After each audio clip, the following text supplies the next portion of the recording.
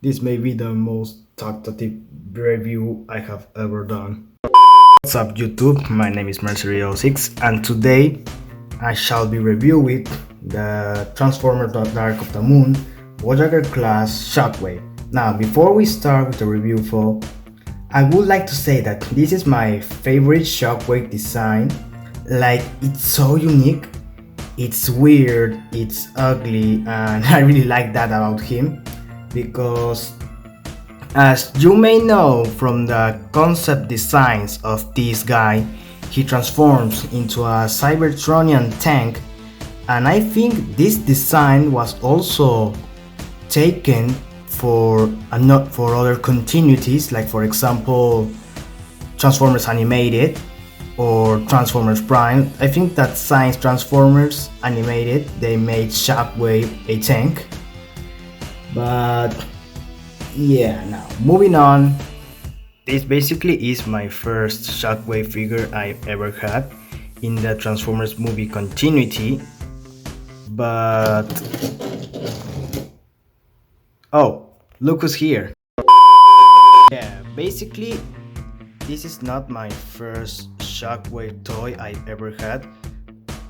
But since this little guy is from the BotBots line, that was from I think 2014, I really don't remember. Since I said it's from the BotShots line, I really don't count that because it's from it was made for a rock paper scissors kinda Transformers game. As you can see, here's a sword, here's a gun, and here is a fist. Basically it is scissors, paper, rock. Yeah, you get what I'm saying. As some of you may know, this Shockwave isn't as movie accurate design it has to be. Well, basically because the purple color they use is basically a lighter version of the original colors he used in the movie, but don't worry about that because there is a repaint from the same line, I think, but it fixed some issues with the colors. Like for example, the ribcage in the other version is like it has a more metallic color looking ribcage, and the purple is darker. As you may know, toys those times actually used, like it had their unique gimmicks for each one. In this occasion, Jack of the Moon got the mech tech gimmick for I think most of the figures on the line. There might be some exceptions, which is basically resumed like weapons, but some of them may have buttons to activate them, or some of them may have lights and sounds. It's something like today's weaponizers, fossilizers from War for Cybertron Continuity, or the also weapon masters, I think they are called, I don't remember. And I'm saying this because at the back side of the figure, here there are some holes, these two, and there is one hidden in here, but basically those are mech-tech ports, which is basically used for this figure in particular. Is for the hose of the gun. Then it can be plugged either in this hole he has on the arm, and also these two holes in here, and this hidden hole he has between this part of his backside. As you can actually see from here, there is actually a hole hidden in this part of the back cable he has, but I actually don't recommend putting it here because it sometimes can fall off. For the accessories here, you can see that, well, basically he comes with his gun, his cannon, his arm cannon. He comes with these holes for the arm cannon, and this blade, kinda looking blade, that goes in here in this part of the arm. It actually kinda reminds me to Dino's design. But just as I said, there are some gimmicks for the figures, like for example, his arm cannon, it also can be detachable, but also here there is like a button. If you push it down, it kinda looks like his arm cannon is activated, but mine has an issue that these parts of the cannon doesn't stay correctly because it is supposed to be pushed further. But here, in this part of the cannon, there is a hole. And here, there are some tabs here, there is a tab. And you have to put it like this if you want his arm cannon to be activated.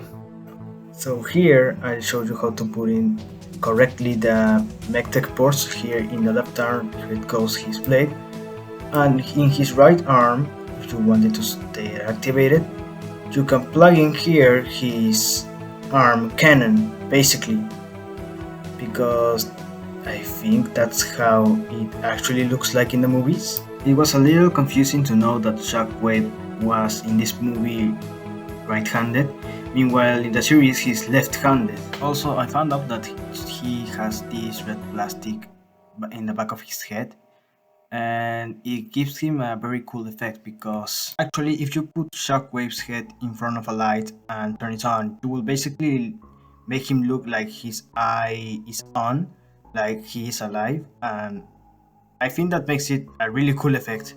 For posability, his shoulders can move 360 degrees, yeah, as well as his arms, but the thing is that here, I don't know if you may see,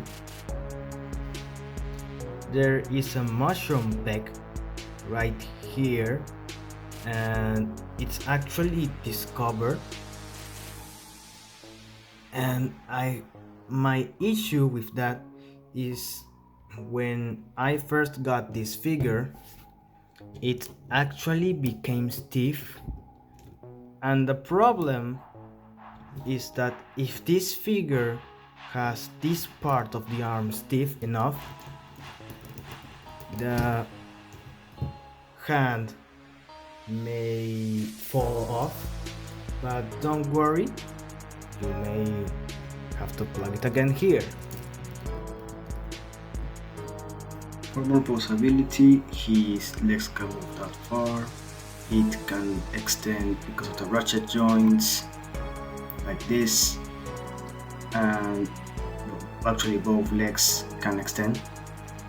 And the thing is here, it has a head swivel up here, yes, but the thing is he doesn't have a waist swivel because of the rib cage. I actually understand he has some leg movement, but sadly he doesn't have some ankle pivots. But that's okay because of the transformation, actually. So yeah. For size comparisons, here I have with me some candidates, like for example, Hot Rod, Deluxe Glass Barricade, which I shall be reviewing later, and for a real actual Voyager, here I have with me Thundercracker. Actually, between old Voyagers and new Voyagers, Thundercracker is taller than Shockwave, but I think it's because of the back keyboard he has. Before we start with the transformation, I would like to actually give some advice before starting. Well, basically, for people that are getting this figure and it's actually new, as I said, it may be a little stiff. For this part of the transformation, you'll actually, to make the tank frets, you actually want to fold this like this, but at some point it may appear that it is stuck, but don't worry. What you have to do is just pull this here, let me show you, like that, and in time the tab here and this hole here in his feet may actually lose its grip, and to take it out it will be much easier. So don't worry, in time you may actually get the fit out. The transformation itself is quite ingenious. I really didn't expect that both sides of his chest has to be unplugged and then moved to 90 degrees to also make the front of the tank. And also that there are wheels here, I didn't even notice at first. What I was expecting is that the head may become part of the front of the tank, since I've seen some of the concept art and some animations of the transformation, and yeah, it looks cool. Now here we have this tank mode, and I have to say it's a really fun figure to transform. It's just that fun. I once asked in a server I had to choose between two figures, it was Ironhide and Shockwave. They told me that Shockwave was a very good choice, and they didn't lie. I am very thankful for them to set me that Shockwave was a better option, because yeah, I didn't knew this figure was that fun. One thing I forgot to mention is that this hose of the tank can actually be plugged off from here, and I think, as you may know, here near his head there is actually a little hole. I don't know if you could see it. Yeah, there it is.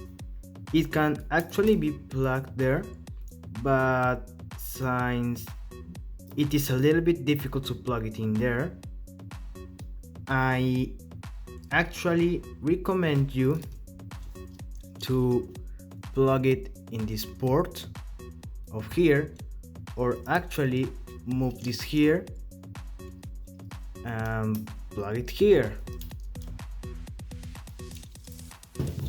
As simple as that. It may also give an aesthetic. The tank actually rolls great, as it has to be, and some of the wheels don't move at first, but maybe it is because on the terrain they are rolling. Some of the figures I have suffered from that, but it doesn't matter. And the cannon can be activated to make the tank look like it's ready to shoot. And the blade can still be put in this hole right here, or in the one of the chest holes right here that it is in the frets. Same goes with the hose. To end this review, so in my personal opinion, this is my favorite Shockwave figure I had, apart from this little bot shot one, since it's the first official one I have, and since the Studio Series version also came out a long time ago. I am also thinking on buying it, since it is a different mold and it's also a leader class figure, but yeah, it's more movie accurate, and when I buy it I will have the same expectations I have with this figure. Maybe the leader class may not have the gimmicks this figure has, but I'll understand. Figures nowadays, it's still, this figure here is one of my favorite figures I had, along with Scrapper, Dino and Megatron, all from Studio Series, that will also be coming for more reviews here in the channel. To summarize this review, if you see this guy somewhere and for a cheap price, get it. I really recommend you. My name is Marcio, and I see you guys next time.